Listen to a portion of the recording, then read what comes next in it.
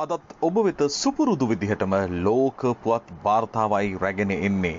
ලෝකය පුරා කොරෝනා වෛරසය යළිත් හිස ඔසවමින් පවතින මොහොතකදී අප ඔබව හමුවන්නේ. ඒ අනුව මේ වන විට පවතින තත්ත්වය ගත් විටදී ලෝකය පුරා එන්නත් ක්‍රියාවලිය පිළිබඳ කතා කරන විට vaccine shortage hit poor countries as global deliver stall. මේ වෙද්දී දරිද්‍රතාවයෙන් පෙළෙන රටවල් එන්නත් නොමැතිව ප්‍රශ්නයකට මුහුණ දී තිබෙනවා. රටවල් 60ක් ලෝකයේ දුප්පත්ම රටවල් මේට අන්තර්ගත වී ඇතර පළමු එන්නතවත් ලබා ගැනීමට නොහැකියාව තුළ ඔවුන් බරපතල ප්‍රශ්නයකට මුහුණ දී තිබෙනවා. COVAX, the global initiative to provide vaccine to countries lacking the clout to negotiate for the scarce supplies to their own. COVAX facility එක යටතේ උනත් එන්නත් ලබා දීම සඳහා මේ වන විට පවතින ප්‍රශ්නයක් කියන කාරණය වාර්තා වී තිබෙනවා. Past week shipped more than 25,000 doses in low income countries. ගෙවුණු සතිය තුලදී නැව්ගත කරනු ලැබුවේ එන්නත් 25,000ක් පමණයි දුප්පත් රාජ්‍යයන් වලට. ඒ නිසා මේ වෙද්දී UNICEF සංවිධානය වගේ තැන් ප්‍රකාශ කරන්නේ මේ වෙද්දී පැහැදිලි ප්‍රශ්නයක් තිබෙනවා සංවර්ධනය වෙමින් පවතින රාජ්‍යයන් හා දරිද්‍රතාවයෙන් පෙළෙන රාජ්‍යයන් නිසා.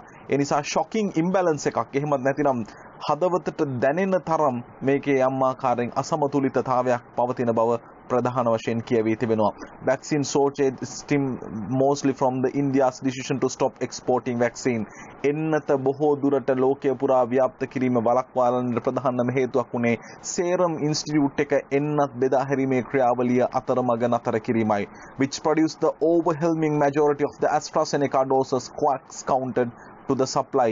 COVAX facility එක යටතේ බොහෝ තැන්වලට ලබා දුන්නේ AstraZeneca එන්නත. නමුත් මේ වන විට සීරම් ආයතනය විසින් එන්නත් බෙදා හැරීම නතර කිරීම තුළ ලෝකයේම බරපතල ප්‍රශ්නයකට මුහුණ දී තිබෙනවා. ඒ නිසා එන්නත කියන දේ ප්‍රශ්නයක් බවට පත්වනවා. දැන් ශ්‍රී ලංකාවේ අපද පළමුවෙන් AstraZeneca ලබාගත් පිරිස ඉන්නවා තමන්ගේ දෙවැනි ඩෝස් එක ලැබෙනකන්. ඒ වගේම චීනයේ එන්නත ලංකාවට ගෙනීමත් එක්ක භාවිත කිරීම සම්බන්ධයෙන් ප්‍රශ්නකාරී තත්ත්වයක් මේ මොහොතේ පවතිනවා. ඊට අමතරව Sputnik 5 එන්නත මේ වන විට ගෙන්වීම සඳහා අවශ්‍ය කටයුතු සිදු කර තිබෙනවා කියන කාරණේ වාර්තා කරන්නේ. Fresh COVID lockdowns worldwide as vaccine efforts stumble යනුවෙන් වාර්තා කරනවා. මේ වෙද්දී නව ලෝකයේ lockdown යලිත් බිහි වෙමින් පවතිනවා කියලායි වාර්තා කරන්නේ. ඉන්දියාව එයින් බරපතල තැනකට ගමන් කර තිබෙනවා. Worst state of Maharashtra was running out of vaccine as the health system buckled යනුවෙන් වාර්තා කරනවා. සෞඛ්‍ය පද්ධතියේ එන්නත් අවම වීමක් තියෙනවා. ඒ නිසා මහාරාෂ්ට්‍ර ප්‍රාන්තය මේ වෙද්දී අර්බුදයකට මුහුණ දී තිබෙනවා. ඉන්දියාවේ යලි lockdown අවධානම මේ වන විට මතුවෙමින් පවතිනවා.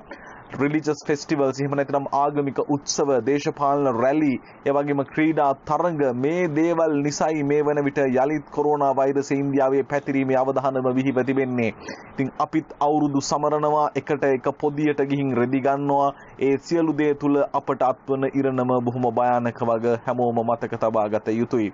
ඒත් එක්කම අද දවසේදී වාර්තා කරනවා මේ වෙද්දී බ්‍රසීලය වසංගතය පාලනය කර ගැනීමට පවා අසීරු තැනකට පත්ව තිබෙනවා. out of control Brazil COVID surge spark regional fears. මේ වෙද්දී ප්‍රාදේශීය වශයෙන් බොහොම පැහැදිලි අභියෝගයකට මුහුණ දී තිබෙනවා කියන කාරණය තමයි අද ලෝකයෙන් වාර්තා කරන්නේ. අප අවධානය යොමු කරනවා Kuwait රාජ්‍යයට.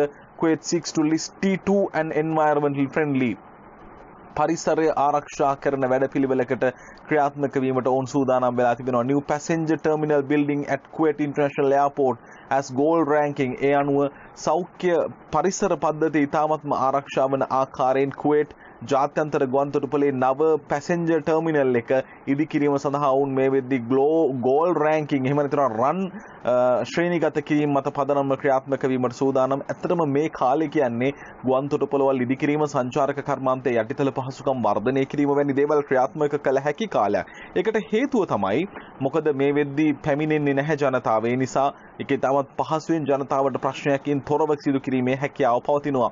Working hours from 10 am to 1 pm. Vehicles Allocation Committee reconstituted the April 10th. The Under Secretary of the Ministry of Public Works ඒ අනුව වාර්තා කර තිබෙනවා. නව නිවේදනයක් කුවේට් රාජ්‍යයට නිකුත් කර තිබෙනවා.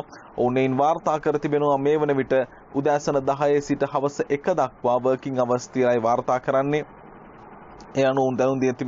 issued decision that determined the working hours during the holy month of Ramadan for the Hijri year 142,442, which stipulates the working hours from Sunday to Thursday will be 10 am to until 1 pm යනුවෙන් වාර්තා කරනවා. 10 සිට 1 දක්වා කාලවකවානුව තමයි working hours කියලා කාරණයට අවධානය යොමු කරමින් ඕන දැනුම් දීලා තිබෙන්නේ.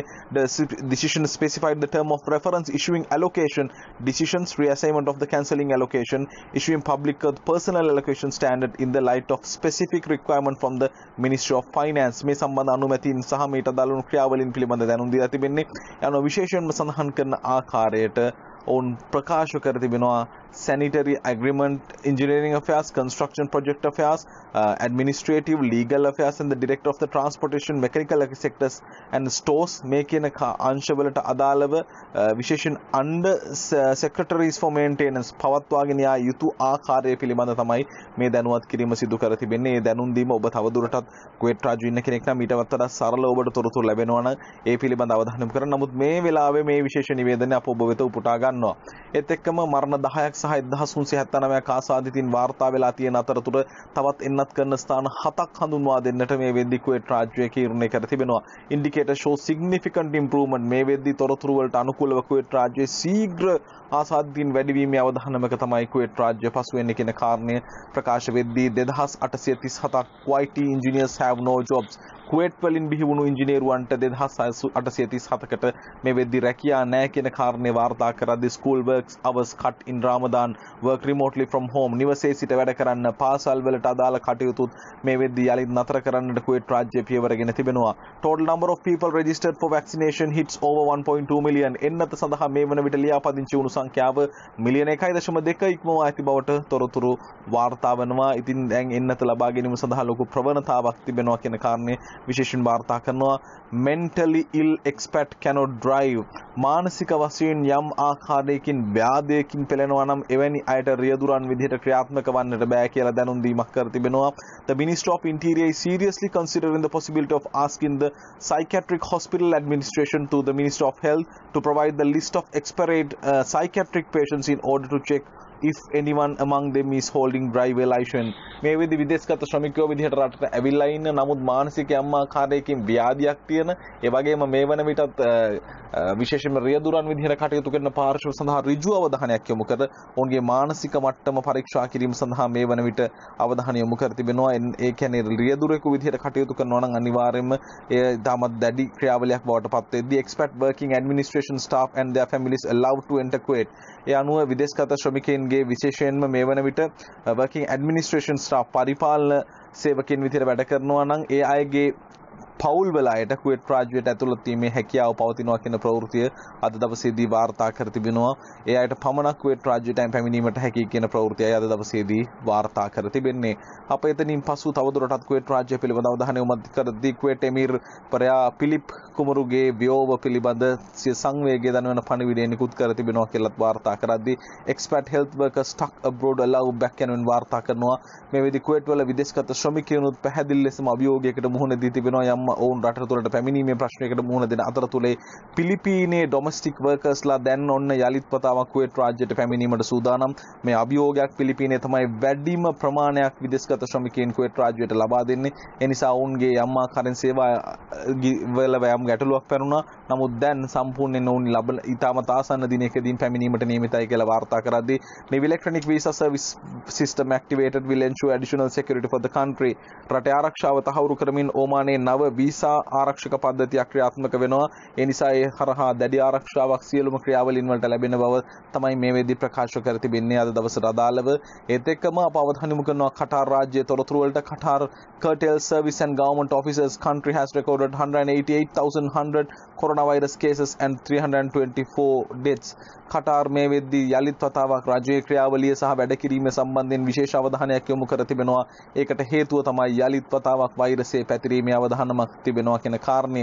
ඒත් එක්කම Saudi man arrested for killing Muzain worshipper යනුවෙන් වාර්තා කරන dispute over prayer timing believed to be a reason why psychologically ill man attack. මානසික වශයෙන් යම් ආකාරයෙන් ව්‍යාධි තත්ත්වයක පසු වුණු පාර්ශවයක් විසින් මේ වෙද්දී වන්දනාකරුවෙකුට ප්‍රහාරයක් එල්ල කර මරණයට පත් කර තිබෙනවා කියලායි වාර්තා කරද්දී Saudi Arabia execute 3 soldiers for treasons යනුවෙන් වාර්තා කරනවා. තිදෙනෙකු එල්ලා මරන්නට කටයුතු කර තිබෙනවා කියන ප්‍රවෘත්තියත් වාර්තා කරද්දී walk-in vaccination for people age 75 වයස අවුරුදු 75ට අදාළ වුණු පාර්ශවයට අදාළව පැමිණ එන්නත ලබා ගැනීමේ හැකියාව පවතිනවා කියන කාරණය අද සෞදියෙන් වාර්තා වෙද්දී එක්සත් අරබ් එමිරාත් රාජ්‍යයට අවධානය යොමු කරනවා. Emirates vaccine flight signals return to normality යනුවෙන් වාර්තා කරනවා.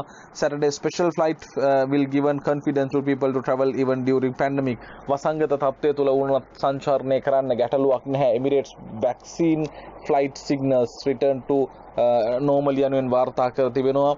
මේ වෙද්දී නිදහසේ සංචාරක කර්මාන්තය ආරම්භ කර ක්‍රියාත්මක වීම සඳහා ජනතාව අතර පවතිනා වූ භීතිය නිවාරණය කරන්න මේ වෙද්දී දැඩි ප්‍රයත්නයක් එක්සත් අරබ් එමිරාත් රාජ්‍ය දර්නවුන්ස්ගේ සංචාරක කර්මාන්තය දියත් කිරීම සඳහා UAE fully vaccinated Emirates flight land Dubai යනුවෙන් වාර්තා කරනවා. යනුව ඩුබායි රාජ්‍යයේ සම්පූර්ණයෙන්ම එන්නත් කරන ලද ගුවන් යානයක් බාමට ලක් කරා කියන ප්‍රවෘත්තිය වාර්තා කරද්දී අපි යනවා ලෙබනනට 38ක් මරණ සහ 2705ක් නව ආසාදිතින් වාර්තා වෙද්දී let's rebuild Beirut port says France යනුවෙන් වාර්තා කරනවා. CMACGM ප්‍රකාශ කර තිබෙනවා අපි යලිත් වතාවක් බේරූට් වරාය ගොඩනගමු. ජර්මනියත් මේ සම්බන්ධ විශේෂ අවධානයක් යොමු කර තිබුණා. ඉතින් ඒ නිසා ඉතාමත් හොඳ තැනකට මේ දේවල් ගමන් කරાવી කියලා වාර්තා වෙනවා. ලෙබනන් ගුවන් වරාය ගොඩනගා ගැනීම අත්‍යවශ්‍ය කාරණයක්.